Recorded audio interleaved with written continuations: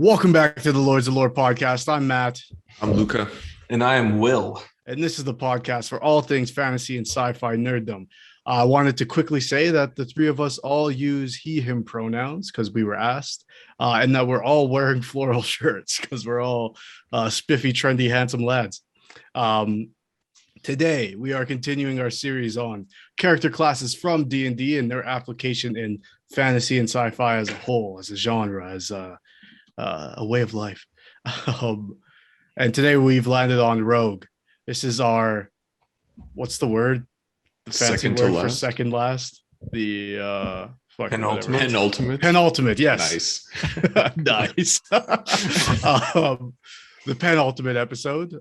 Next episode, we'll be tackling all types of magic users, including warlocks, sorcerers, artificers, and wizards, all in one probably long episode. And then finally, we're going to get to our play along, and you can watch us play D&D ran by Master DM Malachi. So that's coming up fairly soon. We got some little surprises coming up there, so stay tuned for that. So today we're tackling rogues, the devilish, swashbucklers and thieves and assassins. But before we get into that, we have to first get into Luka's litany of literature, wherein Luka has the podcast within the podcast, tells us a little bit about what's going on in this week. And I'll get into Matt's monster musings, where I bring a monster, tell you how I would use it in a tabletop game, its origins, and some stories that go along with it. And then will start off our main topic with some wondrous wisdom on the real world origins of rogues. Holy fuck. So yeah, let's get into it. Luka, what's been going on, man? I'm still not reading Malazan.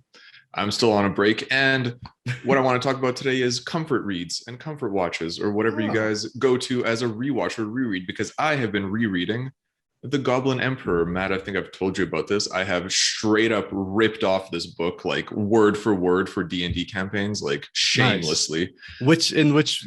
Because like right at the end of our session before we stopped because of the current pandemic situation. Okay. So this is with Kiana. Like, what was her last name? But it was like a house name. Yes, there was Emperor Edrahasivar. Yes, the fourth. Yeah. Yes, he is the main character of the story. I've recommended that Matt read this book and everybody else because it's a standalone story. There's no sequel. It's just a one beautiful story about a very nice young man who becomes emperor. That'd just be a perfect rumination. Absolutely. It is such a feel-good story. And it's really, really fantastic. And I've been rereading it or re-listening to it for probably like the 11th time, I think. Like literally, I've listened to it chapter 1 through chapter last 10 times minimum. Wow. And it hits all the right notes to make you just feel nice and comfortable, and a very enjoyable story. So I wanted to see what you guys what do you guys go back to when you just need like a comfort read or a show or Eye Bleach. Like the anime? No. I meant sorry, it cut out like eye bleach, like Jesus. Purify your face and mind. Yeah. There's like, okay, I'll be honest. There's very few books I've reread. Okay. I don't know, like if I wouldn't say I have the best memory, but when the story hits me, it sticks with me. Like I think about it all the time. And I sort of like being able to rewatch something and be like, oh, I forgot about that. Like obviously, like say like Star Wars movies, right? There's ones that I've seen ad nauseum now. I know all of it, but sometimes I won't watch a certain one for like 2 or 3 years and then go back and be like, I love that scene type of thing. But then there's movies like Endgame where like I saw it once and I took it all in and I haven't seen it since because I want to be able to take it all in again. And because of things like social media and the internet, a lot of times like memes come from like pop culture stuff. So like you're still like inundated with it. But yeah. I will say the most comfort movie, and this is fucked up. I'm prepared to deal with the fallout. The movie I probably seen the most in my life and go back to watch at least once a year is Revenge of the Sith.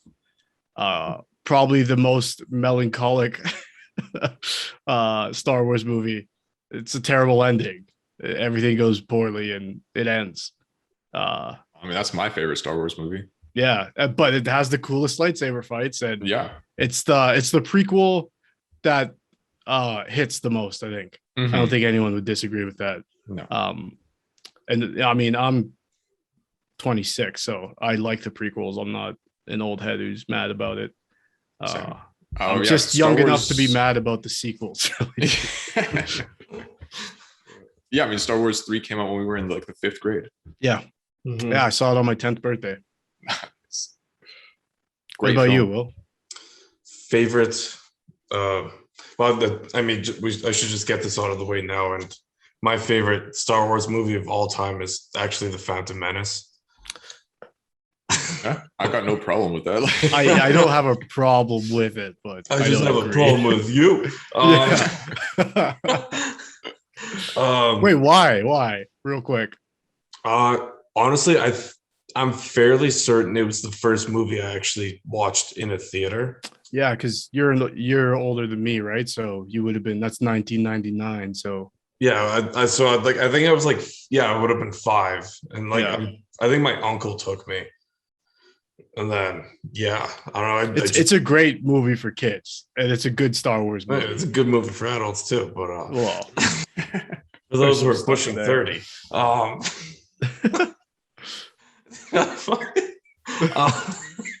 I don't know. I always loved like the final lightsaber. I think like Duel of Fates is always. Oh been my good. god, Duel of the Mhm. Fates, yeah.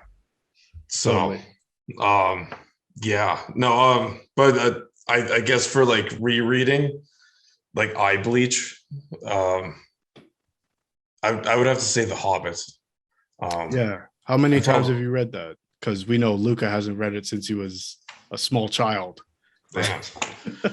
Oh, you're like It's for childish children. things.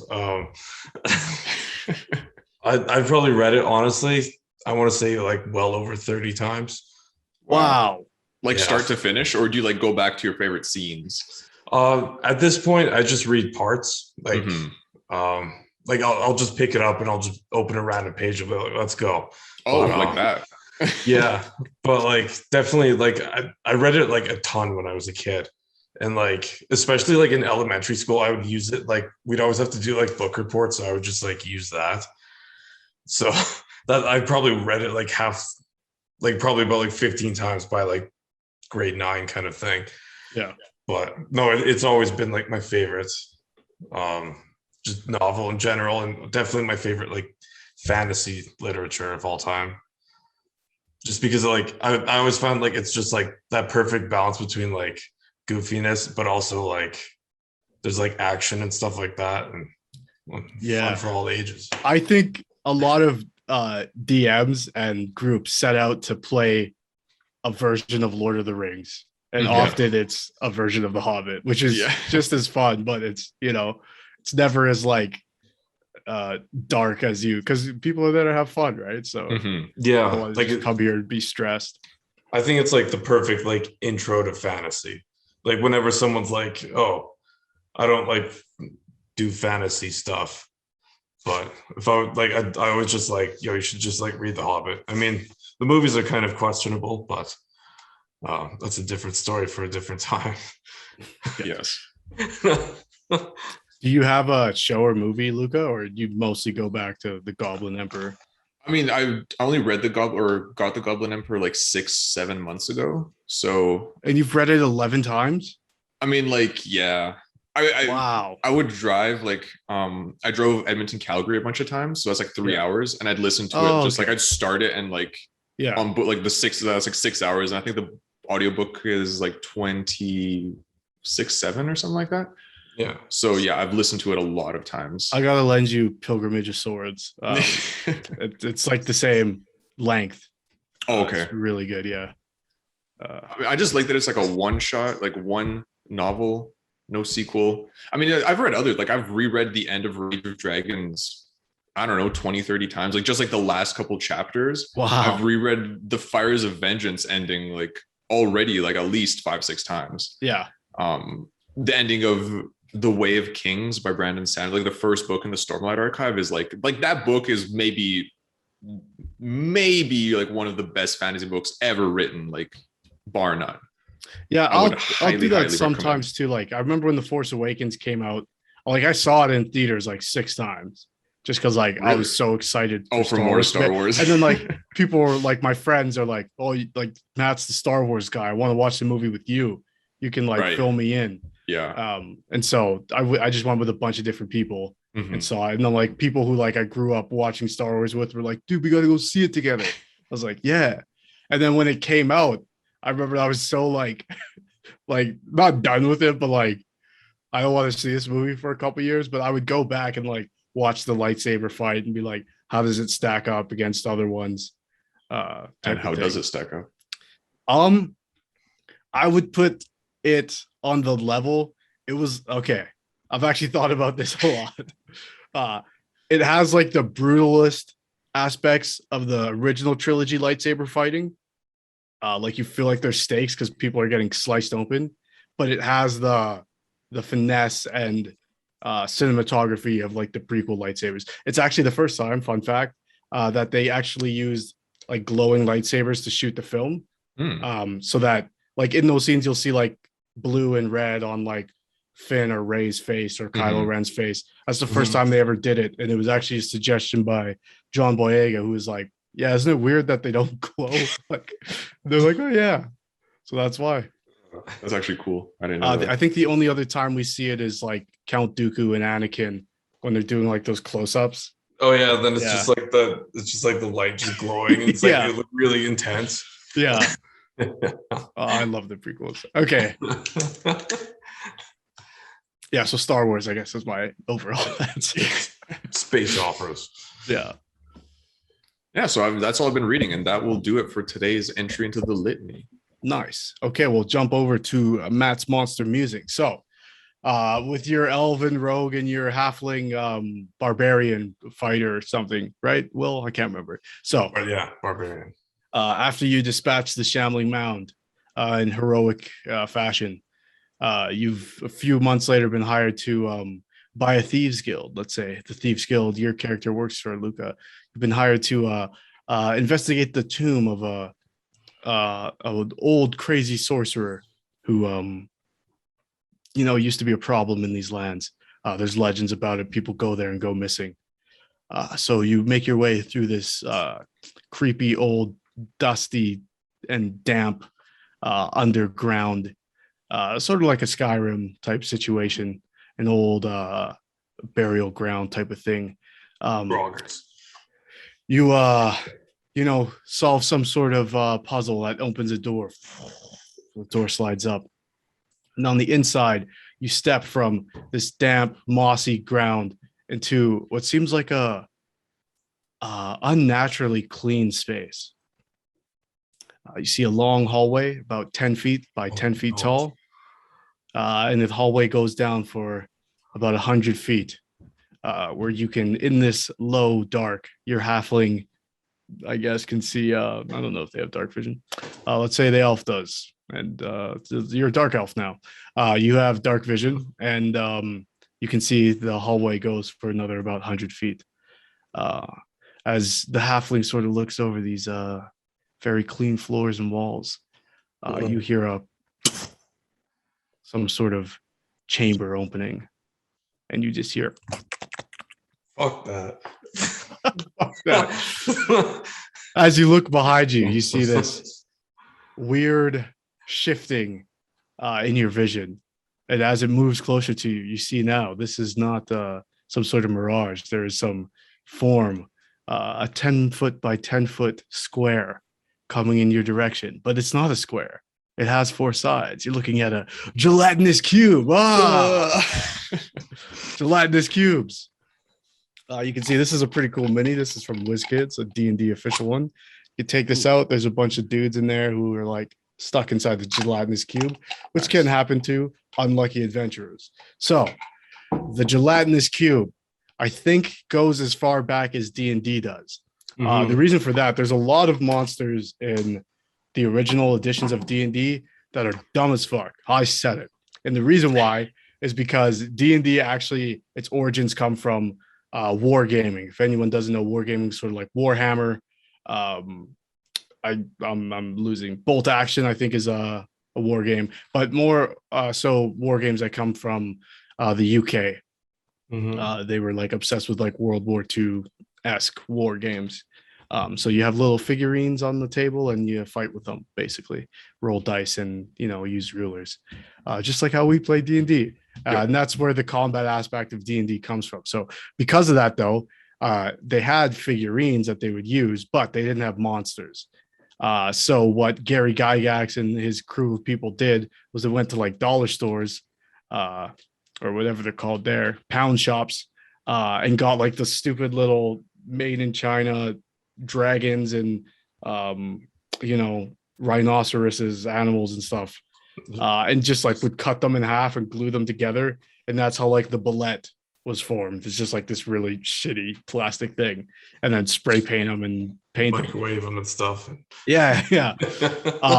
And so this, I don't know the actual origins of the gelatinous cube itself, but my best guess is one of those containers that those things came in, they were just like, yeah, sure, that's a monster now. So what is a gelatinous cube for anyone who doesn't know? It's just a clear ooze that isn't sentient but moves on its own accord. Its only programming, or its only function, is to find things that are alive and make it not so. Or you and I. Yeah, more specifically, they find heat and eradicate it. So it's not necessarily cold where they are, but if they get a heat, like say a body or a flame, you ignite a flame in the hallway. Say one of you guys did a torch instead of magically being a dark elf because I'm an idiot.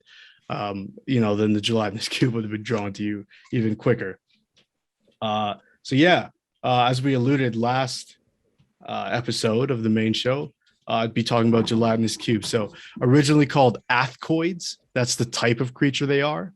They're attracted to warmth and vibrations. So a door opening, people walking, voices speaking, body warmth again. They're deterred by cold, but they're resistant to it. So they're scared of it for no reason. They're immune to electricity. Much like the Shambling Mound, you can have an epic moment where someone calls lightning in the dungeon and then nothing happens. And they can live forever. So even when you're exploring the crypt or the tomb of some evil lich or whatever, these gelatinous cubes are still busy at work, keeping everything clean, and keeping the pests out and whatnot. When it gets too big, because when it consumes things, it grows in size. It'll divide itself in half and make two of itself. And if two of them ever come into contact with each other, they'll form into a big one. But if three come into contact with each other, they'll just keep going on their way.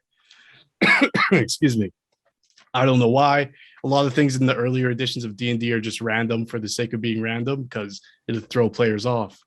So they can weigh up to 15,000 pounds. And when a player encounters them, they can just move into the player space. They're one of the few creatures that can move into a player space freely, and they just absorb your player. They're completely made out of the air bubbles inside of them are actually acid, and they'll come to the warmth inside of them and begin to break it down. So if a player gets stuck in them, they have a few turns to escape before they are dissolved. That's why if you see a gelatinous cube coming towards you, there's often bones or shields that don't have their leather lacing or their wooden backs on them anymore, because they've been dissolved over time, or a half dissolved shield or whatever the case may be. Any thoughts or questions about gelatinous cubes? You did it for me. Yeah. How do you murder a cube then? So they do take damage. Magical weapons and stuff can damage them. I believe fire damages them as well. They might even be vulnerable to fire, if I'm not mistaken. But yeah. You can kill it just by killing it. It's sort of on your DM to explain how that's happening. I like to explain it as like you cut off a slice of it and there's not enough of it to, come back together, or you burn it away and it dissolves, type of thing. Luka, you encountered one of these. It was like this chamber I had designed that when people came into it, it tilted. It tilted, right? And then the gelatinous cubes came and like just slowly crept towards you guys. It was a cool fight because you guys were all diagonal, so your movement was fucked. And if you got hit by it, it would pull you back down with it. Yeah. So it was tough to escape. There was like some grappling hooks involved in escaping. Mm-hmm. Yes. It's pretty fun. There's an awesome one in the movie Onward. I meant to ask you guys last week if you said Onward, but I said I'd save it. If you haven't seen that movie, go watch it. It's like a love letter to D&D. It's like the coolest fucking movie. I cried. But yeah, there's a gelatinous cube in there, and it's called a gelatinous cube by name. It functions the exact same way. They're like walking. I think there's like some sort of plate trap with like spikes, and then the cube's like coming towards them, pushing them towards the spikes type of thing. So it's like a lose-lose situation. I can't remember how they get out of it. But yeah, check out Onward. It's so good. Yeah, so between this and a shambling mound, obviously this one's not intelligent. Shambling mound is sort of, and a little bit tougher, but which one would you rather encounter in a hallway? Or definitely a dead end hallway? Ooh, yeah, still the gelatinous cube. Okay. Well, yeah. I think the gelatinous cube is the most terrifying thing we've done yet.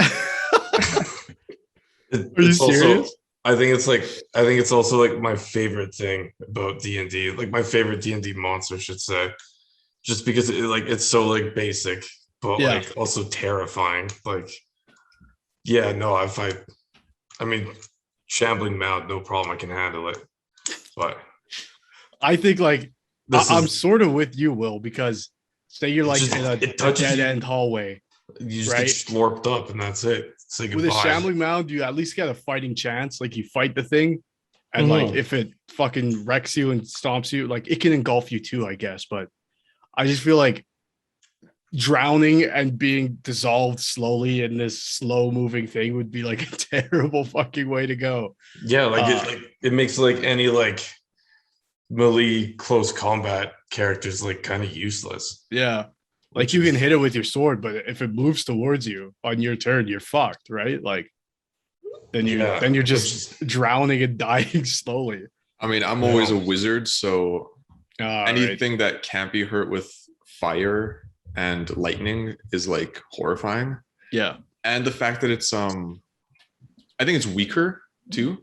Like if we're talking about pure D&D, like it has less hit points. Yes. It is a lower challenge. And everything that the gelatinous cube can do to you, the shambling mound can as well. You know, like absorb you, drown you, crush you. You know, like everything that could happen to you can still happen. Yeah, plus it's stronger and immune to more things.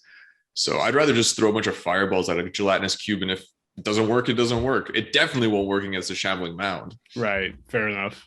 But I think these things would be so useful. Like if you lived in a world with them, like you could like cultivate them and just like have them like cleaning around your like house. You just put like a little. It's a fantasy Roomba, basically. Yeah. That makes your Chad paladins useless. Yeah. Chadolins. No, I love the idea of like wizards being like just absolute lazy assholes, and like I'm not going to clean my dungeon. Exactly. I got line of ice to do. Like ice runes, and just like let it like shamble around, clean the floors. Like yeah. It's too big. Like burn away half of it and just like let it keep growing. Or like if you're a wizard, you just don't own pets because the fucking cube will just come and like, oh no. But what if the cube is your pet? Exactly. Yeah, I guess. Make it like semi-sentient, like give it like the mind of a dog or something. Or you know what I do in my next D&D campaign? I'm gonna put a cat in a little orb inside of Gelatinous Cube, and like it controls it with like little like push things. Yeah. That's just like their job. Like they just like do the streets at night in the town.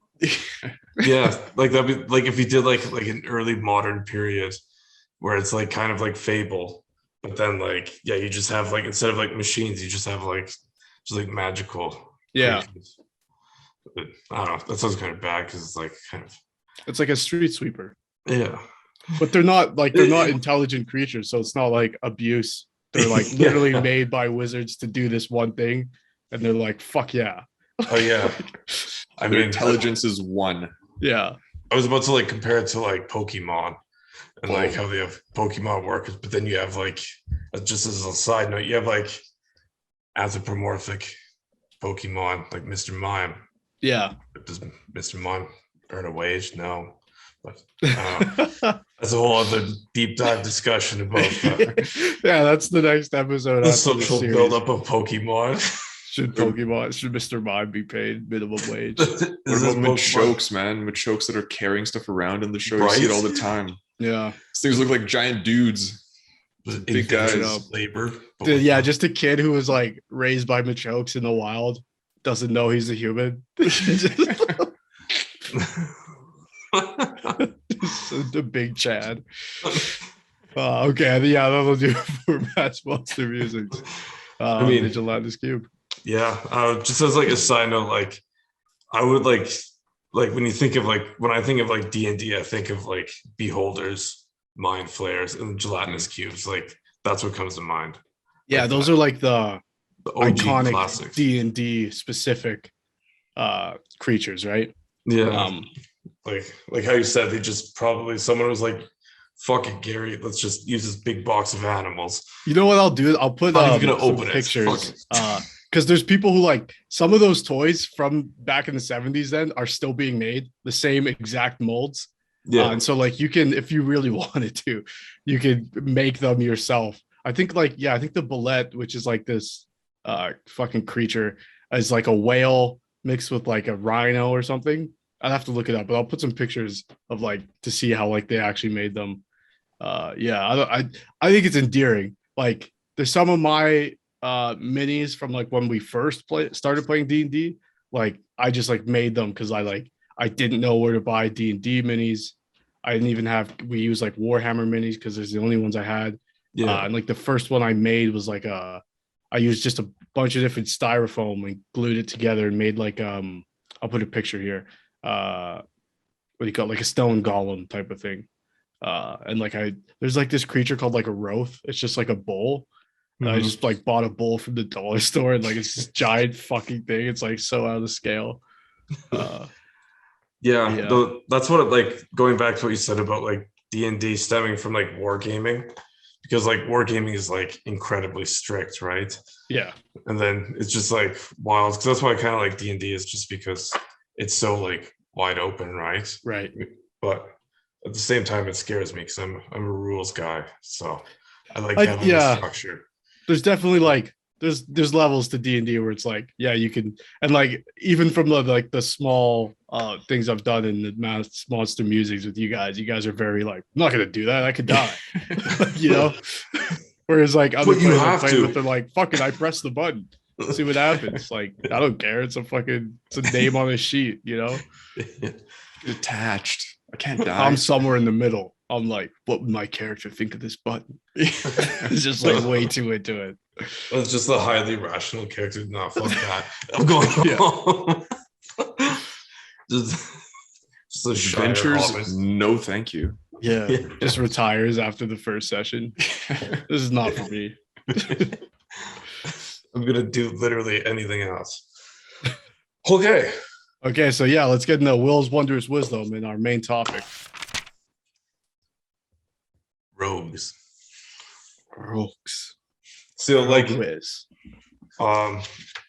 whenever I think of fantasy, I always think of like the three big classes. That's especially used by like Elder Scrolls. Like Skyrim's a really good example of just warrior, mage, rogue.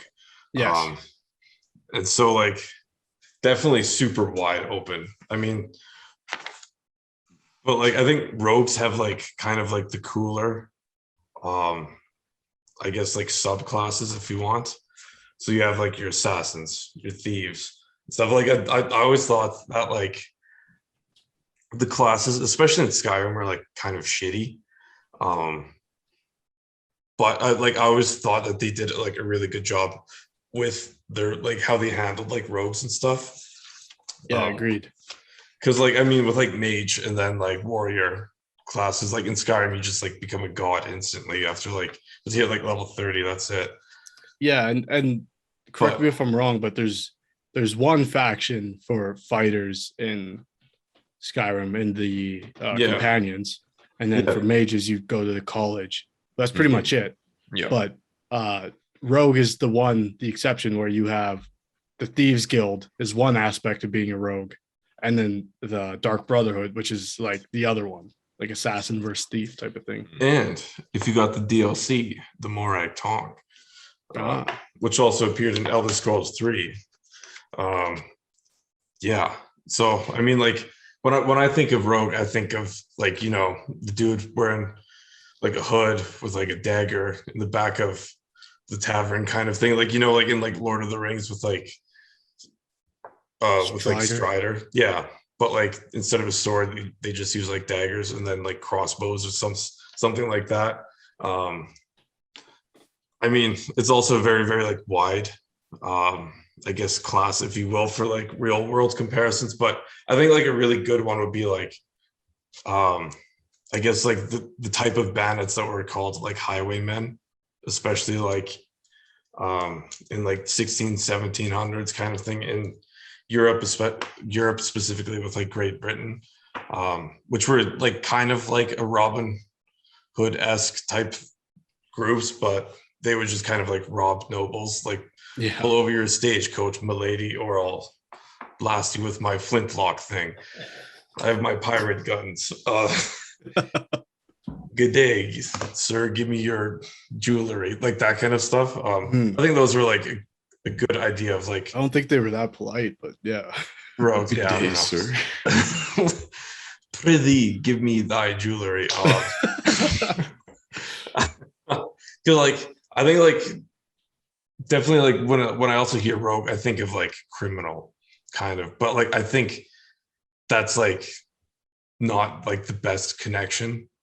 Yeah. Like I think a rogue is like a little bit more I guess like, or like if you're going to talk about like groups of rogues, like the highwaymen example, like I think it's like a little bit more like sophisticated. Well, definitely a lot more complex, but like in fantasy, we think of like almost like a bard like figure, but like more murderous. Yeah, definitely that's like, where I have an issue with the name rogue. I think this is what I'm discovering from the series we've done is that some of the things in D&D are just named funny. Yeah, but rogue is one of those ones that stretches in all type of fantasy, like video games. I think is where I was first introduced to calling them rogues, and of course in like D&D. I think it's mostly like in gaming. Yeah, but in like movies and stuff, right? Like rogue is like Han Solo, who's very much not a rogue. Mm-hmm. Yeah, like, at least I wouldn't think so. Yeah, because like I'm just actually I have my player's book open up, and like one of the descriptions for rogue is like they use like stealth as to gain like upper hands, whereas like Han Solo would not use stealth because he's just like punch you in the head kind of thing, or like he thinks he is but he's not, and that's what makes him a bard to me. So and like that's also like kind of the like it's so like weird when you compare different classes, especially like these large ones like fighters / warriors and mages and rogues, because I mean like in Skyrim or just like Elder Scrolls in general, like a bard is like more of a subclass of a rogue. So, yeah, which is like it's kind of like interchangeable, but like that's kind of like basically up until we started talking about these classes with D&D. That's how I always viewed like fantasy classes, whereas just like you have like your absolute unit of a warrior, the crafty mage, and then just like the rogue who's either like super charismatic or just like kind of sketchy. I like so that mage thief fighter trope is like from the very beginnings of fantasy, like that's been a trope. Even so much like you mentioned like Skyrim. I remember the trailer for Elder Scrolls Online. Man, that was like the sickest rogue thing. I can't remember his name, but that elf, like no, he's not. Is he an elf? No, I think he's isn't he no, it's either a Khajiit or a Dark Argonian. No. they're like half elves, but it's been like a very long time since they were half elves. Oh, Bretons. Yeah, Bretons. That's what it Okay. was. Yeah, but yeah, he has like the gold armor with like the green robe and like hood, right? Yeah. And he's like running up like the chain and throwing daggers and shit. Yeah. Yes, yeah. Cool as So, like, fuck. that's basically what they're selling you in that trailer. Is like there's magic, there's big guys with armor, and then there's this guy Yeah. who does acrobatics and throws knives. Yeah. You know, And like, continue. no, go ahead. Sorry. Yeah. I don't see, like, I kind of like rogue as in like for example, like I think like a really good example of like how a rogue could be played would be in Dragon Age Origins specifically. There's like a backstory of like where you come from. Like if you're an elf, you can be like a city elf, and like the default I believe is like rogue, just because like that's kind of like how you learned how to fight, was like the Right. street fighting to survival, which like I think is a little bit cooler as opposed to like just like trying to be like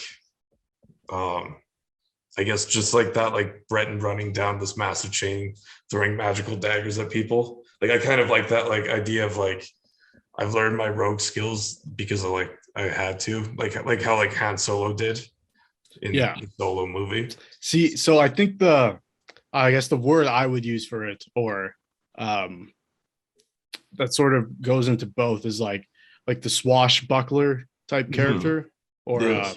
So then we just call it that instead. Yes, but I think that character can play into either one. But I think because there's the trope of mage, thief, fighter, that it's like, okay, we need comic relief. So we make the thief because he's a thief, he's got low morals. So obviously he's going to be the one who has all the crude jokes to make. Or so if he's an assassin, he's super edgy. Exactly. Yeah. Whoever is super edgy, I should say. So I think that's just been mapped onto the rogue just out of necessity, where I think the trope should be, mage, fighter, bard, thief. Because I think it works putting that onto the rogue or onto the thief, the swashbuckler type character. But like, I don't know if it always lines up because when you say rogue, like the very word itself, says like that lone wolf type of character. Yeah, or like so that's where like that, like coming from an underhive of scum and villainy kind of thing. Right. So like Han Solo, right? Like, he's a smuggler. He's, operates beneath the law. Dastardly. Or above the law, I should say. Yeah. The dastardly type of, I don't know. Fucking words. Like a trickster, an arcane one. But then it makes sense that would also be like a thief, because obviously they're also operating outside the law. So I don't know. So I don't know, like, if I attribute the swashbuckler more to bard, like if I'm playing it, I'm going bard. But because like when you are the comic relief, you got to be the bard with high charisma. You know what I mean? I don't know. I don't know. I like definitely for like rogue, I think I would say like a little bit more, I guess, like on the D&D assassin side. I think Dragon Age does like a really good job as playing a rogue. Actually, but then they also have those bards that are secret rogues, right? Like, this is true, like Liliana. Yeah. Who's just like a bard assassin. But I also like the idea of like the duelist kind of thing. Like again, like I like the idea of like the back alley street fighter who like, and like that's how I kind of like differentiate like I guess like a rogue fighter versus like a warrior type, because like I've like I like when I hear warrior, I think of someone who's had like the weapons training, or like grew up like in like a culture of weapons and violence, like a Viking or barbarian kind of thing. So I definitely like, I think like rogues are like growing on me. And then I think there's also crossover between rogues and monks, being like high dexterity, very like close range combat, but not with big weapons, and so like there's some characters, I think I said like last time we did this, that they were monks. I'm thinking of like Batman, Black Panther. You could just as easily play those characters as rogues. Maybe like you'd flavor it a little bit differently, but like just statistically and just like their features, like you could definitely pull off the same type of thing with rogues. Yeah. Again, definitely like world. I guess like comparisons. That's kind of it's just it's like trying to come up with a world comparison for a fighter. Yeah. But I would definitely go with like the back alley fighters kind of thing who had to learn how to fight just due to the situation, the upbringing kind of thing. Right. But like, yeah, no, or like the swashbuckler con man kind of thing that you mentioned. So where would you put just random question for both of you? Where would you put a pirate? Would you like if you wanted to play, let's say Jack Sparrow, which is an extreme example, but would you play that as a rogue or would you play that as a bard? Actually, I have a pirate for an example today. Okay. And I'll just use him right now. So it's from Divinity Original Sin 2. He's one of the main heroes that you can recruit or play as, and he's actually a dwarf pirate. His name is Beast. He definitely falls towards like I guess like the rogue side. Well, I mean you can actually use classes are like a little bit funnier in Divinity, but I mean definitely default would be rogue just based off of personality. Yeah, but I would definitely say they're more rogues. Okay. Yeah, I think just because like there's a lot more like violence to them. Yeah. That's yeah. They have more characteristics of like what you'd attribute to a rogue rather than a bard. Okay. In my opinion, like in terms of like fighting style and like thieving. I agree. Like if I was playing a pirate, I think I would go rogue. But so we'll get into like how you guys feel about rogues, just generally speaking. But my feeling towards them is like this is the class for me that is most in line for people to play as edgelords, which I like. I don't hate edgelord characters at all. Sometimes you got to do it, and sometimes it just feels right. Like I've definitely done it, but like you have to get out of your system. Yeah, like, I don't play. I try not to my own mannerisms at the table be drawn out of the character. I'm like, guys, I'm playing a character. Like this is what they would say. I'm sorry if I sound like a dick. Like but I don't like having to explain myself, so I just try to stay away from it at this point. And that's not saying I'm doing terrible things in the game. Like I'm just like, yeah, no, I wouldn't do that. I'm like, why? I'm like, oh, I don't think I would go out and drink beers with you guys. It's not my thing.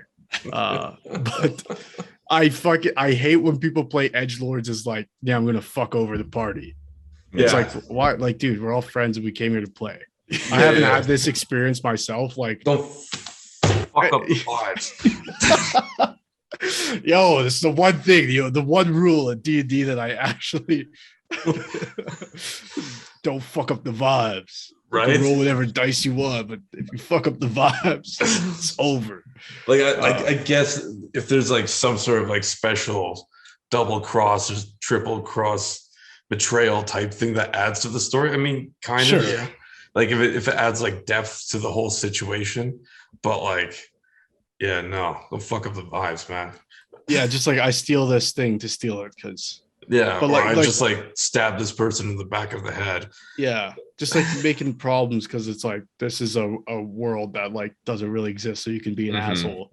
Yeah, and I think the rogue lends itself to that so easily. You're fucking psychotic inner, like because you can get away with things, and I feel like with Bard, you can try doing those same things, but when you get caught because you're not as stealthy as the rogue, then the bard character comes out where you have to explain your way out of situations, right? Whereas the rogue is like, yeah, I fucking vanish with my, expertise fucking stealth roll, and now nobody knows I did anything. And it's like, fuck, man. Maybe we could do like the psychotic rogue versus like the sociopathic charismatic bard kind of. Yeah, but see, even just you saying it is like the rogue is like a same type of low life, but like you get some like content out of the bard for me, whereas like the rogue is just like, I did this shitty thing, nobody knows. Yeah. The But bard's also, like, holy fuck, that was close. Anyways, I got the jewels. You know? I also like the like rogues just being like the fighting style. Yeah. Like again, going to like Dragon Age. Like I just started playing Dragon Age Inquisition again, and like I made like a human character, of course. But instead of like going like warrior, I went with like nobleman background, but also like it plays as like a duelist rogue. Oh, cool. So like I kind of like that idea because like it's kind of, I guess like headcanon wise, it's just like abandoned like knight training and instead like learned how to just like use like finesse and dexterity kind of thing. Yeah. Which like I kind of like. That's like one of the reasons why I also like rogue is just like the idea of like just like the high dexterity player just zipping around. Damn. What about you, Luka? I've never played a rogue in anything really. The only time I played something resembling a rogue would be like my first couple of Skyrim playthroughs where I was always sneaking around and shooting people or like stabbing them in the backs. Yeah. But like once I got good at the game, I stopped playing like that. I've never played a rogue in D&D. I've played a Dragon Age Inquisition like 4 or 5 times and I was wizard every single time. Like, Just absolute glass cannon. Yeah. yep, that's how I like to live. Yeah. But your commitment to wizardry is fucking hilarious to me. It's awesome. Rivals my commitment to Chad Paladin. Yeah. Mine to Bard. Yeah, I think everyone's played the one playthrough of Skyrim at least where you're like, yeah, this time I'm going to be super stealthy. And then you get halfway through the game, you're like, I'm so fucking bored. Mm-hmm. Like, no one sees me coming. I shoot them. If they get close, I pause the game and pull out my daggers. And then, then I kill them. And it's just like, I don't know. It's just not fun for me. Yeah, that was definitely like the, I guess, like, especially like when you play it now, it's just like the mechanics of the gameplay kind of sucked. Yeah, they're a little bit aged. Yeah. Highly. Yeah. But they're the two best faction-based quests in the game. Yeah. Right? They're the ones that have spoilers if you haven't played Skyrim. But Man, they're the ones that have Almost betrayal 10. in them, right? Like I'm thinking like the College of Winterhold, not really. Like yeah, you see it coming in the college. Like the college was cool. I liked that storyline the first time. Like finding the Eye of Magnus and all that stuff. That was cool. And like going to Labyrinthian. That was it was really cool. But like, yeah, you know, you're right. The Thieves Guild and the Dark Brotherhood have like the most intricate sort of storylines. And like so with the fucking betrayal from what's his name? Oh, Cicero or Cicero with a bar. Yeah, fuck that guy. And like just like such a distinct character that like, you know, you don't get to interact with that character at all if you don't take that quest. And then with the Thieves Guild, obviously it's like, you know, you get fucked over by I can't remember the guy's name, but and then there's the whole like Nightingale aspect of it. Yeah. Like and the skeleton key and all that. It's like, yeah. Yeah. And like because like the same guilds are in Oblivion. And they have like similar, like again, it's like the coolest one. So like the Dark Brotherhood in Oblivion, they get betrayed as well. But it's like actually kind of like super dark and gross how it happens, but basically it's like you know like the movie Psycho where like there's like that psycho dude and he has like the dead mom and stuff. Okay. Yeah, it's like pretty similar to like that. I'd say it's almost like a little bit more insidious because the Dark Brotherhood at the time are kind of like at their peak, whereas like Skyrim just like everything is just kind of slowly falling apart. And then with the Thieves Guild and Oblivion, it's like I'd say it's like one of the hardest guilds to go through, but like one of the coolest ones because you get to pull off a heist. Right. Heist being you steal an Elder Scroll. Wow. Yeah. So like you have to get these special like boots called the boots of Spring Heel Jack, and like so you take 0 fall damage. You have to basically like jump down the tower, and like it's like super elaborate for like a game that has like shitty mechanics and graphics. Yeah, and the same can be said for Dark Brotherhood and Skyrim. Mhm. Like you do that quest and then like the guards come and they're like, we have you now type of thing. Like, oh fuck, I didn't see this coming. Yeah. And then it feels like in the Thieves Guild and in the Dark Brotherhood, like especially the Dark Brotherhood, the consequences of that storyline will affect the narrative of Elder Scrolls for the end of time, right? Like you Mhm. assassinate the fucking emperor. Yeah. So I mean, it doesn't get any more big than that, I guess. Like, and like I definitely like how they like with the Thieves Guild of Skyrim, they have like the connection to like a Daedric prince, right? Which I always thought was like kind of cool because like again, like Thieves Guild is just a group of thieves, and the first, well, I mean, there's kind of that Daedric prince connection, but definitely not as like pronounced or as cool. Yeah, it's not part of being the Thieves Guild. It's just a few people who know about it, type of thing. Yeah, whereas in like Oblivion, it's just like one person. Yeah.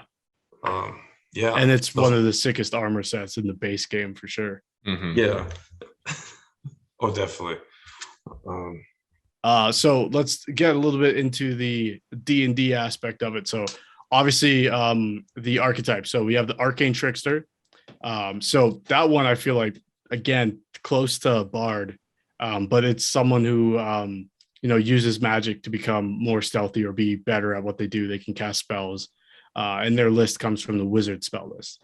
Assassin is straight up just an assassin.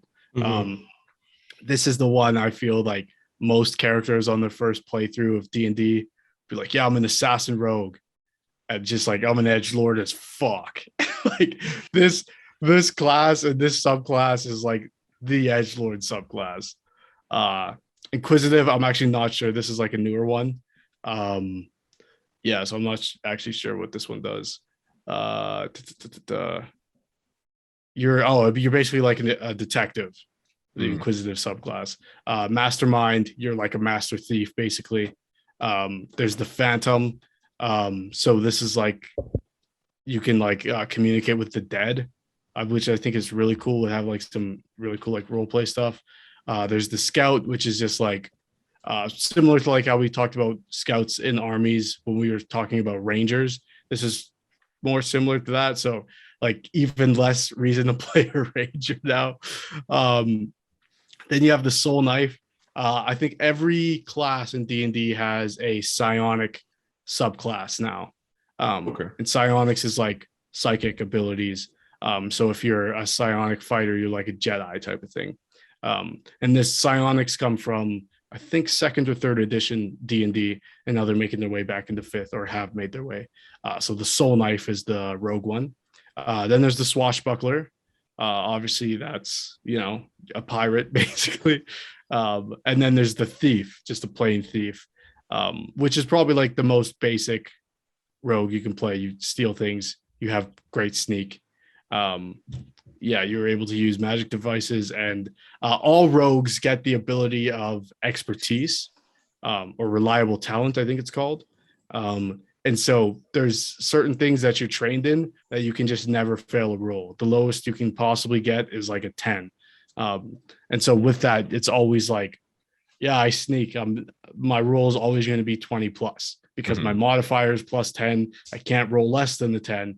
And for me, I don't know if I'd say it's a broken mechanic, but it's definitely not an exciting one, especially when you factor in things like natural ones. Like, if the rogue fucks up the stealth, then changes the story completely. But if they can never fuck up the stealth, so I think a lot of DMs might argue that like there's the person that sneaks the best in the group, they shouldn't fail sneaky checks, which is fair. But I don't know, it just feels like the fighter still can fail strength checks. So why should, you know what I mean?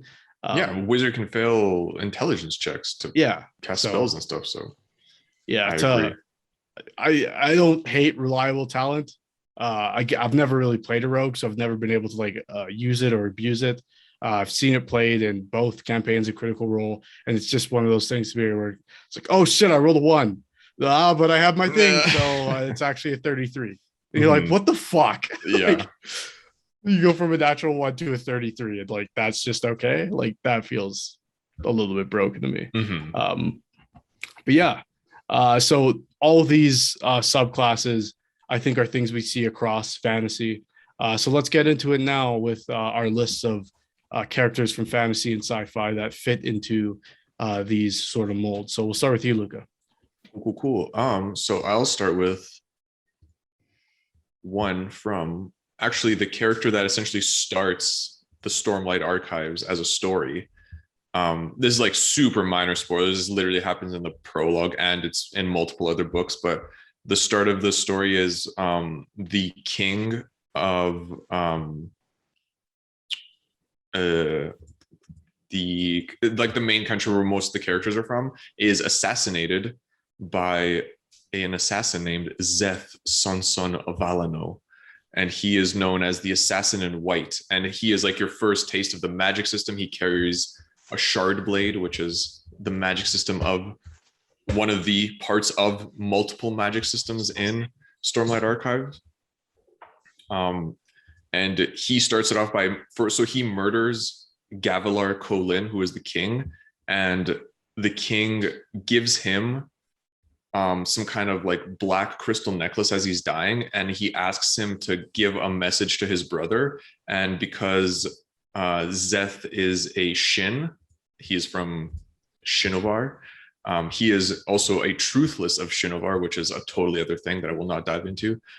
He is honor bound to respect the wish of a dying man, and he writes in the king's blood the message to his brother, and it is one of the coolest intros to a story, and I need to know what it is. He tells his brother that he must find the most important words a man can say, and like that is what his brother finds. Like he finds his brother, the king, murdered along with like a row of guards. Yeah. And they were murdered by shard blade, which is like when you essentially a shard blade just goes through your body and doesn't cut you physically, but it severs your soul. So like if you get cut through the body with a shard blade, you're like essentially like person's like eyes burn out and like they're like essentially destroyed from the inside, but their physical body is more or less fine. I mean, it looks messed up, but like they're not cut in half or anything. If like a shard blade goes through your arm, it just goes limp and you can't use it anymore. But it's still there. So it's like a weird type of weapon. That's really interesting. I love that. And Zeth is just like a super cool character once you meet him later, because he's essentially a tool, because he's a truthless. He's a slave and he just does whatever he's told to do, regardless of essentially there is a coin, and whoever holds that coin is his master, and he does what the coin bearer tells him to do. And that is how the story begins. And I cannot wait to find out what that is, but I won't dive too much into Zeth because even I don't know a lot about him, because he's not super in the first and second books, which I have read, but his story continues in books 3 and 4, and I'm like halfway through book 3, and it's just a chonker. Next, I have Nona Gray, and I have not talked about oh my god, I forgot his name. I can't believe I forgot his name. I just knew it. He wrote that trilogy I was talking about, the Red Queen's War, and Mark Lawrence, correct. Good job, man. So this is from the book called Red Sister, Gray Sister, and Holy Sister, which is the Empire trilogy, or Book of the Empire. And she definitely begins her story as a rogue. So that series has like essentially not a magic, it does have a magic system, but it also has like 4 races of people that whose like bloodlines have been thinned out through the years, and like people can be born with them. And she when you meet her, like the nun that essentially takes her in and saves her and brings her to the church where she begins her training and her life in book 1, recognizes one of those bloodlines in her, and it essentially gives you like 20 dexterity, like just quick reaction speeds, like she's very, very dexterous and quick. And so she definitely begins her path in that, like it's like the entire first book, it seems like she'll just be like a pure assassin rogue type character. Right. I won't dive into what she ends up as because it's super interesting and a fantastic trilogy, but Nona Gray is like definitely like a pure rogue in the beginning, like even in her time at the oh my forgot what the church was called. It doesn't matter. The church where she trains. It's been a while. Okay. Yeah. Like she excels in all the skills that have to do with like speed and dexterity and weapons mastery and that kind of stuff. And she's just a great character overall. But my favorite rogue of all time is this guy. Yeah. And that is Kalam Mekar from Malazan. There's two really cool rogues, assassins specifically in Malazan. One is Kalam, and another one is a character. It is a young girl who is possessed by a god. Wow. Essentially, who takes over her body, and that god is the patron of assassins. I love and hate that. Yeah, it's really interesting. And reminds me of that vampire in Skyrim from the Dark Brotherhood. Oh, like yeah. The girl, yeah. Essentially, while she was possessed by the god, she was not in control of anything. Like the god controlled everything. She was essentially like a passenger in her own body, seeing it all. Fuck. But what happens is when the god leaves her body, she retains the skill set. Oh, cool. Like they kind of fuse in that time. And like she, an Animus type Assassin's Creed situation. That's really cool. Yeah. So she like gains his abilities essentially, and he is the patron of assassins. And she is just like a monstrous character in terms of combat ability and borderline personality too. But Kalam is, he is an assassin by trade.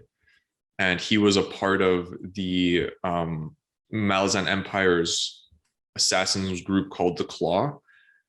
And when we pick up with him in the beginning, he is essentially not a part of the Claw anymore because of a falling out that happened where the previous emperor of the empire was murdered and usurped. Okay.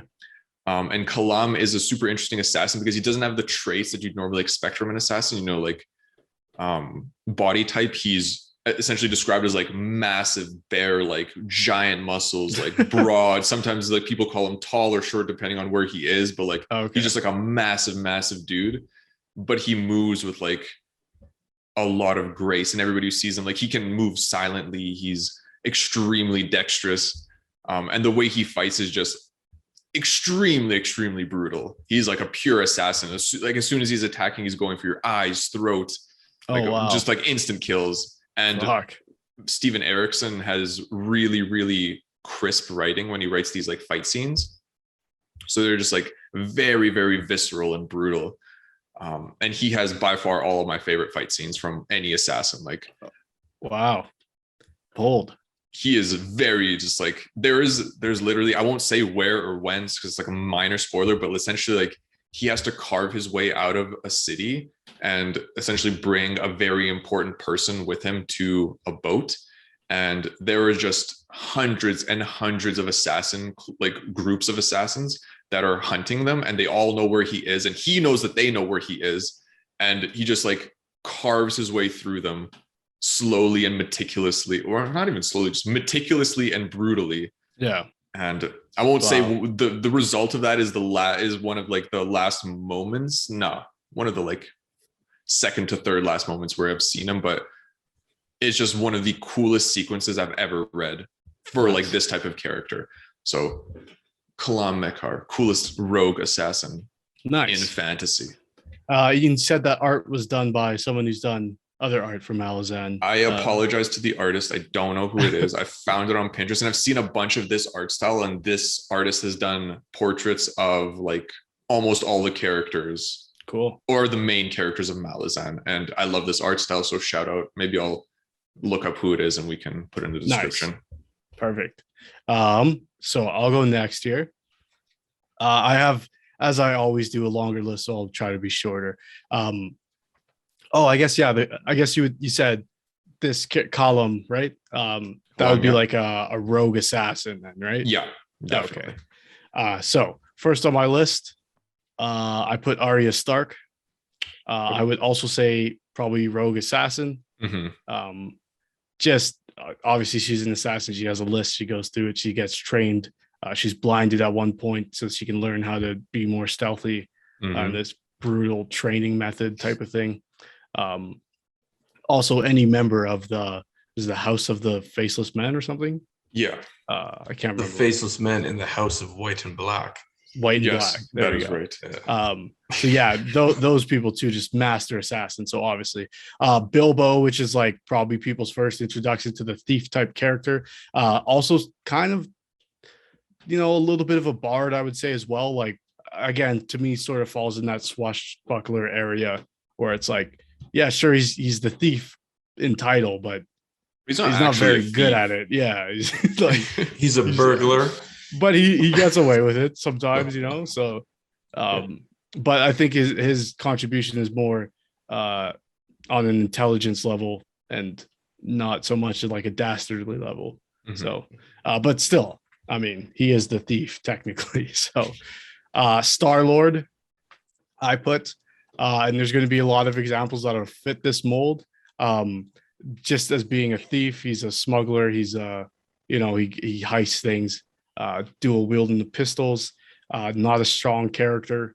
His Super best practical, by the way. You can't hit anything if you got 2 guns. Oh, really? Oh, well, it's space.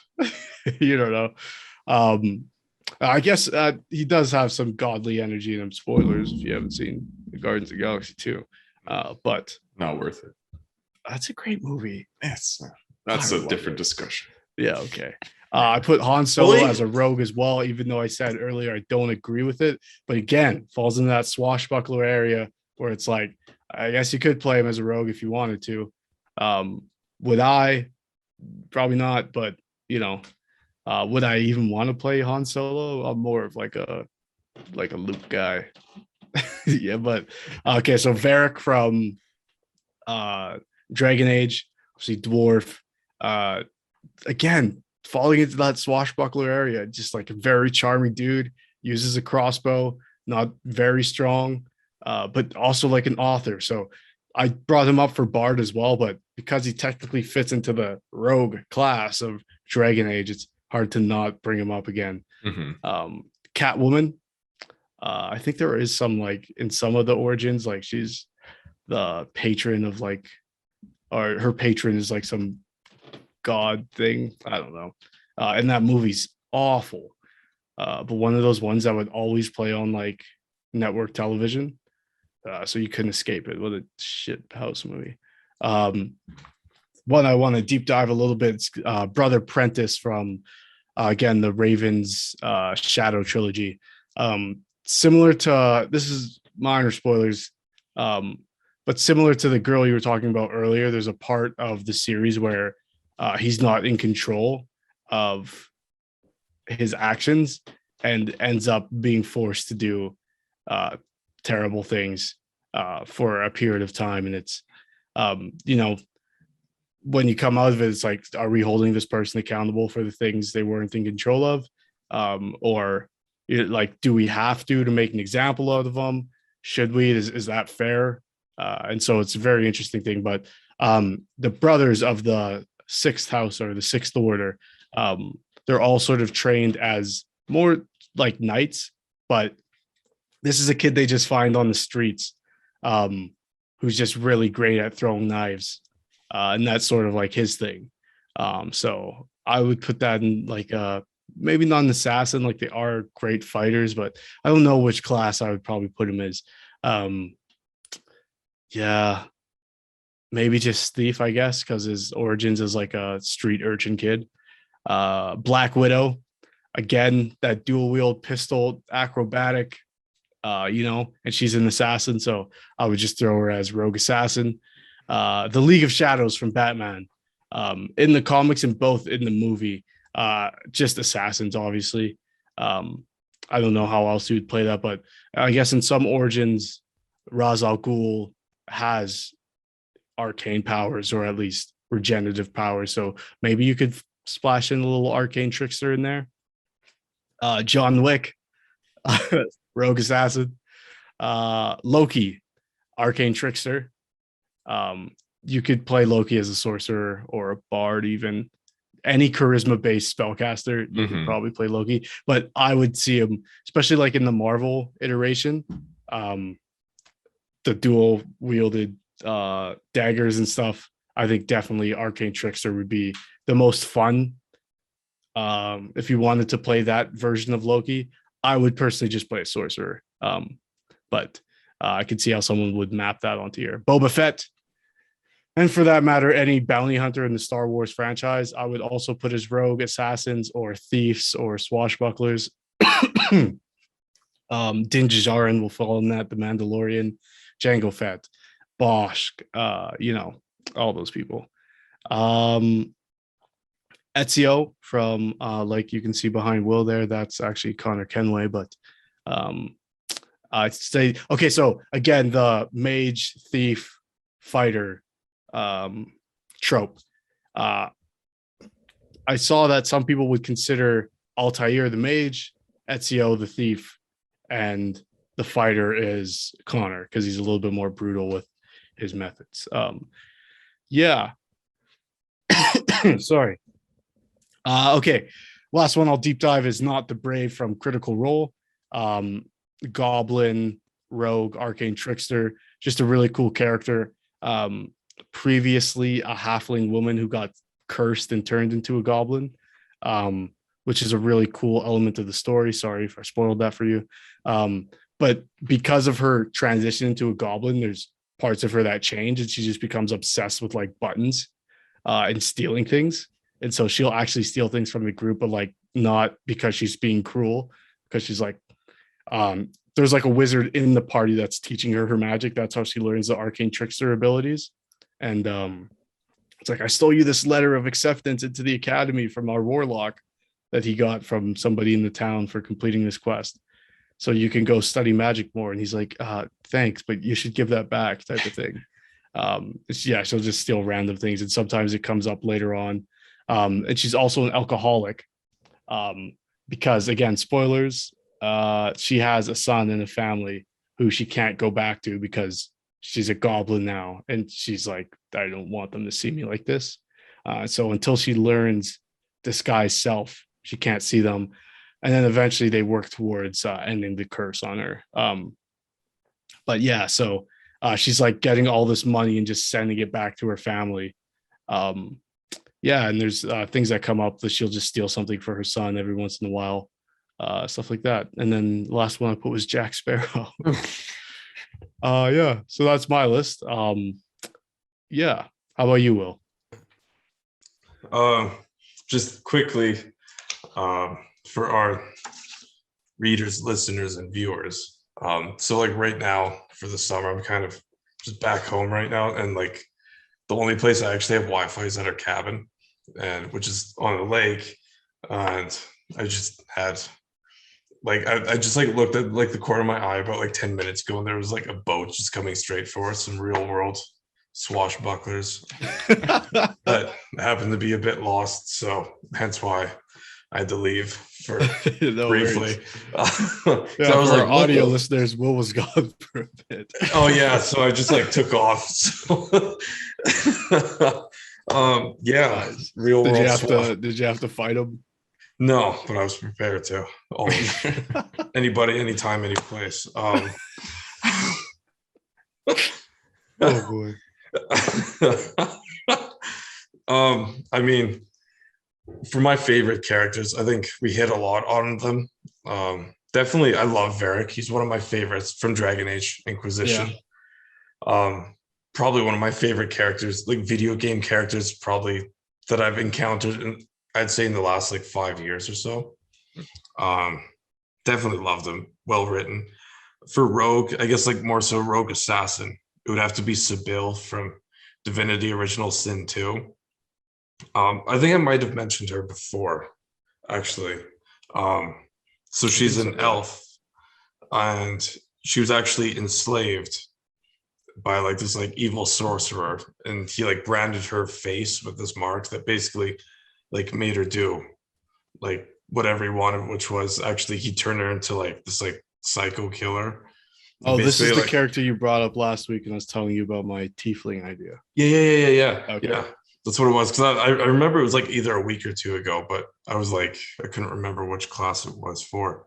But Yeah, so he like basically uses her as like this like super weapon and stuff like that. She has like a really cool backstory, and like it's kind of cool because she plays as a glass cannon, but she's a rogue. So she gets like hit once and she like dies, but does like insane amounts of like backstab damage and stuff. Yeah. Um, Definitely highly recommend DSO too for all you RPG lovers. DOS. Yeah. Divinity, original sin. Yeah. Okay. Lucian LeChance, who is the one of like the Brotherhood leaders for Elder Scrolls, Dark Brotherhood leaders for Elder Scrolls 4, so Oblivion. Okay. He's pretty cool. He's just like this, like he's kind of like an edge lord because the Dark Brotherhood are very edgy in Oblivion. So he has like this like really dark, uneasy voice, and like he's like the one who recruits you to the Dark Brotherhood, and basically like in order to like start that quest line, you have to like just kill some random NPC, and then is that the dialogue where he's like it like glitches sometimes and he's like in the ground? Yeah. So like so like he like the way he like talks to you is he just like shows up when you're sleeping and he's like invisible and he's like, good evening. Oh, You have a taste for blood. Fuck no. Get the fuck up out of here. But it's always like super creepy because it's just like, yeah, you just like wake up like in your bed and some like random like inn, he'll just be like sitting in the corner, he'll be like, hello. And then, but he's like invisible, but like the graphics just so shitty that you could like see him. He's just like clear. They didn't fucking do the work of like making it a scene, so they actually had to have the character model there and like yeah. So well, there's no awesome. cutscenes, right? So it's just like, good evening. I see you have a taste for blood. And like, but he's definitely like, I love that quest line for Oblivion, for Elder Scrolls. And then definitely Assassin's Creed characters, because I am probably one of the biggest Assassin's Creed fanboys and apologists. I was right there with you up until 3 it sort of lost me, and then I love Black Flag, but when they abandoned the story of Desmond, I was like, okay, I'm no longer invested. Man, it gets better with Layla's story. I'm sure it does. Yeah, I could go on for hours and hours about this, but I mean, definitely like how you mentioned Connor. I like how you like did that comparison with, or how you mentioned how you heard that comparison of like Connor being the warrior and like Altair being the mage and Etsu being the rogue, because like it definitely it is true, because like Connor's definitely the most like violent and like brute force killer kind of thing, right? Whereas like Altair is like very schooled at his craft, and like Ezio, going back to that street brawler, it's because he learned because he had to, right? So I definitely love that comparison, but I think there are others who definitely fall more on the rogue side. So Shay Cormac in Assassin's Creed Rogue. So which one is this? Is that? Yeah, I don't know who's that. Assassin's Creed Rogue. That's a game. Yeah, dude, it came out in like 2014. One of my favorite ones. That was what the game is called? Assassin's Creed Rogue? Oh shit. Yeah. So like it came out after Black Flag. So it's like you play after Black Flag, but before Unity. It came out the same time as Unity. Oh, what the hell? Yeah, so Unity came out for the next gen at the time, which was like PlayStation 4 and like Xbox One. And then Rogue came out for the older gen, which is PS3. I've literally never heard of this game. That's why you never heard of it. So it's a side game, really good. Set in North America, kind of, it's like a prequel to Assassin's Creed 3. And then it's like, but not as far back as 4. So, but like you play as like this assassin who basically switches side and becomes a Templar. But definitely pretty cool. Adds a lot more like world building to it, but the characters. Yeah, I'm looking at this cover for this game. I'm like, I've never even seen this cover. I've seen this cover. Like I know this cover, but that's weird. Watch the trailer. The trailer is like probably the best like Part of the game? Assassin's Creed trailer. I will say though, like at the beginning of Assassin's Creed 3, there's this you play as Nathan Kenway, right? Hatham. Hatham. Hatham. And that was like a cool twist. You're like doing all these assassinations, and then he meets up with his boys, and it's like to the Templars, and you're like, wait, what the fuck? I thought this was the new guy. Yeah. So like Shay is the reason why Oh, okay. the assassins don't have a big presence like in North America. Oh, I gotcha. Because like the assassins kind of go like a little bit astray during his timeline. Because like you know, like the mentor Achilles Davenport, Right. AC3, like the old man. Right. So he's like younger and like the leader of the assassins at this time. And like I said, like it's kind of in between like Black Flag and AC3. So Right. definitely cool. I love it. Shay Cormac is like one of my favorite Assassin's Creed characters. Definitely a shame he doesn't have the recognition. Yeah, I'd never even heard of him. He's just like really well written. I've found, because like again, it's kind of like that. He kind of becomes like a traitor to the Brotherhood, but like for like fairly good reasons. What is your favorite AC game of all time? I would have to, man, fuck. What about you, Luca? Black Flag, the only one I've ever owned. That's mine as well, but I've owned a few of them. I would have to say either Odyssey or I would say AC3, but Odyssey's definitely up there for me. Yeah, and I think actually, you can't really go wrong with 2, 3, and Black Flag. I didn't like Black Flag. What? Yeah. Why not? I thought it was super boring. What? You could literally go to islands and kill jaguars. Yeah, you do that in like every game though. No, it was like a better version of Groundbreaking at Assassin's the Creed time. 3. It was just like, oh shit, we got ships now. Yeah, so the cool. boat was awesome. And the she shanties slaps. Hunt whales. Yeah. What? Yeah. Those are awesome. Yo, what the fuck? You can hunt sharks even. You can fucking go into dive bells and shit. The game was awesome. You should replay it. Anyways, continue. Sorry. Yeah. Just derailed to shit on you. Yo, fuck this guy. Reaver from Fable 2. So he actually is like the hero of skill, aka dexterity. Probably like one of the biggest pieces of shit, but he's like very, very charismatic. But he's just like an absolute dick. Spoilers, you have like a chance to like kill the main villain at the end, and if you take too long, he just shoots him. Oh, I know that. Yeah, I've played that. He's basically just like, hurry the fuck up, man. Like, we're not waiting here all day. Because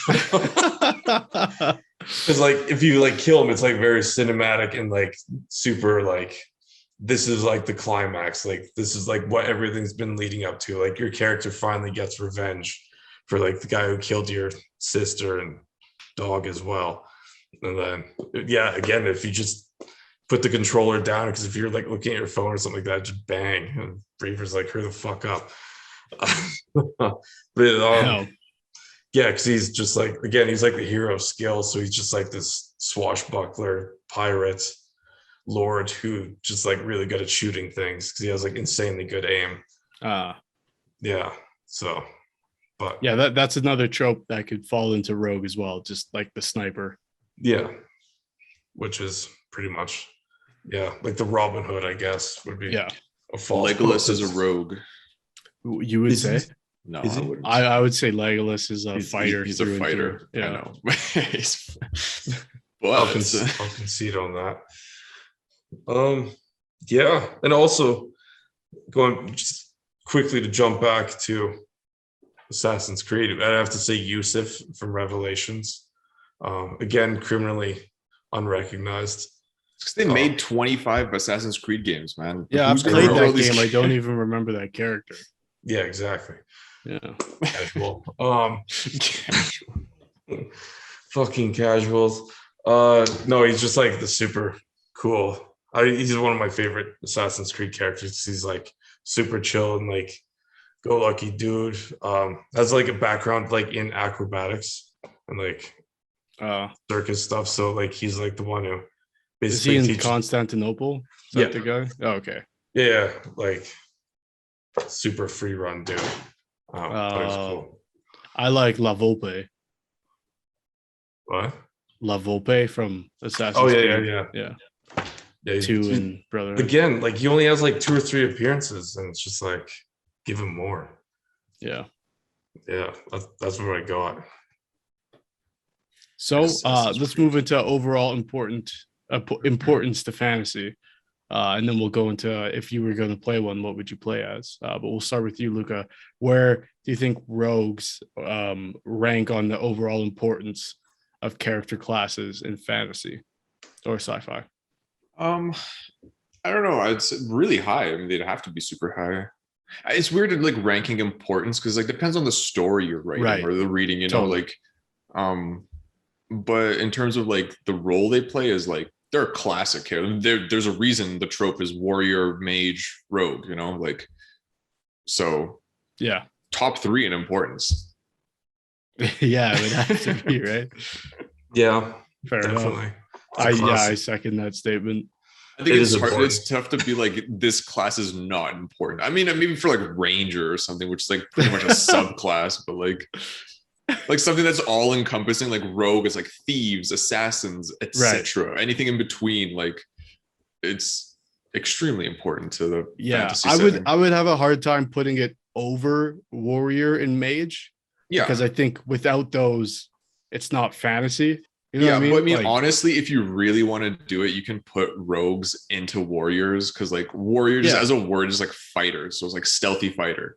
Yeah. So yeah, it'll never be above warrior or mage, but in that character archetype has become so important that it became its own thing. So yeah, exactly. Yeah, good point.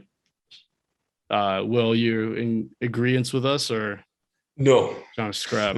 Oh, okay. Definitely important. I mean, yeah, makes up that triumvirate of classes, right? Right. Or just the basic of just, you still want to use weapons, but you want to sneak around. Yeah. Not be an absolute Chad unit and killing machine. Real quick, if you had to pick from the 3, I think Luka's picking wizard, but I guess those are our answers. Luka's probably picking wizard. Will, you're being the knight, and I'd be stuck being the rogue. Dumb question. Okay, but if you were playing a rogue in a D&D game, what's your flavor going into it, and what subclass would you choose? I probably would go assassin, but like not like edgelord. That's not me. I swear, I'm not like the other. It's not me at all. Anywhere, anytime, I'll fight anything. I just like the ideals, just like the duelist, like dual wields, like kind of like finesse fighter, which I kind of like. But absolutely. Play a rogue. Actually, there is a character in Malazan which I would maybe map off of, who was like a character who had no reason to become a thief or a rogue or anything. Like he was from like a wealthy family and everything, but he was interested in being a thief and he like learned the skills of a thief. So I think that would be like a cool, essentially like the opposite, where like your backstory is like nothing special or cool, but like you wanted to live that life and you just did it. Reminds me of like The Thief Lord, if you've ever read that book or familiar with it. Just like the spoiled rich kid in Venice who said he was a thief lord and would steal things from people to support his friends who were all like orphans or like homeless children. But he was just stealing stuff from his parents.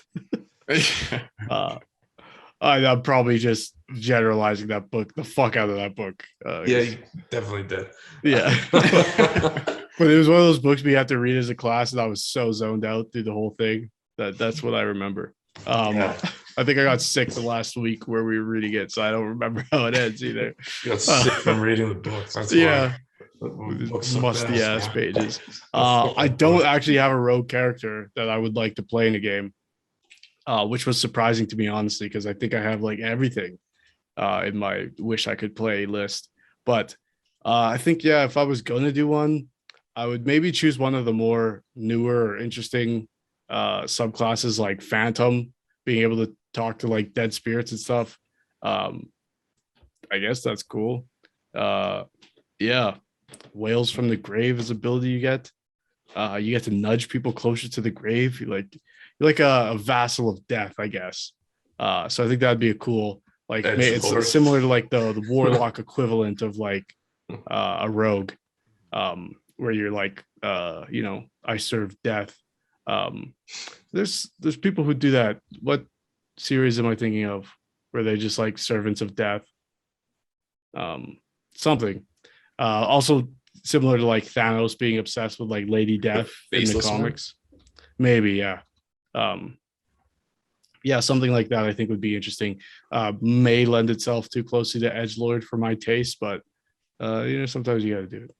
Either that or like Arcane Trickster, I think would be fun to use some magic. That's like the true Skyrim experience. Sneak, but like also me to heal myself, and I could cast Fireball. That type of thing. Yeah. Yeah. So I like rogues. They're fine. Yeah, rogues are cool. Where would you guys put it? Not on your list of importance in fantasy, but likely to play list in D&D. Towards the top 3, bottom 3, middle 3. Yeah, I think it'd fall in the middle for me too, because it wouldn't go over any of the mage classes, and I'd rather be a monk. Yeah. It would even fall under fighter probably for me. Yeah, me too. So yeah, the only things I can think of that are under it would be like maybe druid, ranger, and bard. Personally, ranger's probably in my bottom 3. I'd say probably down there is like ranger, paladin, and probably rogue, I think. Yeah, I'd take rogue over paladin as well. Yeah. And probably over cleric. Cleric. Yeah, it's probably down there too. Maybe I'd take rogue over cleric, but I don't know. That'd be closer. Yeah. But I think I'd still take rogue over just because like the role play abilities. Will's fucking he's not feeling this. What about you, buddy? Yo, what is this conversation?